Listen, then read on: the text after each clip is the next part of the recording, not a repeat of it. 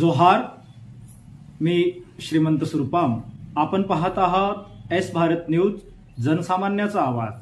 बातमी आहे गडचिरोली जिल्ह्यातील भामरागड इथून। भामरागड प्रशासनाच्या मदतीने गर्भवती महिला पुरातून सुरक्षितपणे प्रसूतीसाठी रवाना, रुग्णालयात कन्येला दिला जन्म। भामरागड तालुक्यातील हिंदेवाडा येथील गर्भवती महिला अर्चना विकास तिम्मा हिला दिनांक 27 ऑगस्ट रोजी पहाटे 4 वाजता राज्य आपत्ती प्रतिसाद दलाच्या पथकाने पामुल गौतम नदीच्या पुरातून सुरक्षितपणे बाहेर काढण्यात यश आले। नदी पार करून तिला तातडीने भामरागड ग्रामीण रुग्णालयात दाखल करण्यात आले असून सकाळी तिने गोडस कन्येला जन्म दिला आहे।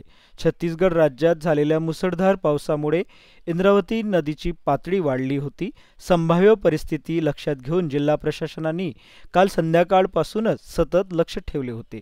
जिल्हाधिकारी अविशांत पांडा यांच्या सूचनेनुसार काल रात्री 11 वाजताच्या सुमारास सिरोंचा येथून राज्य आपत्ती प्रतिसाद दलाचे पथक भामरागड येथे रवाना करण्यात आले।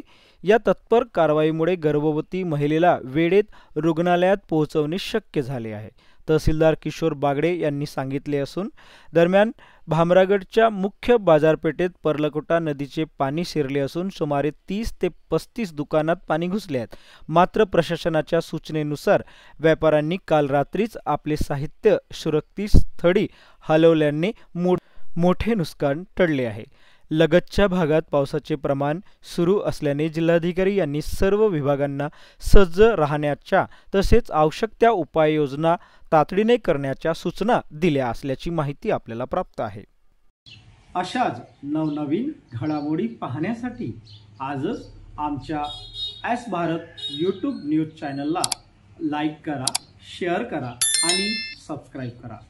जोहार।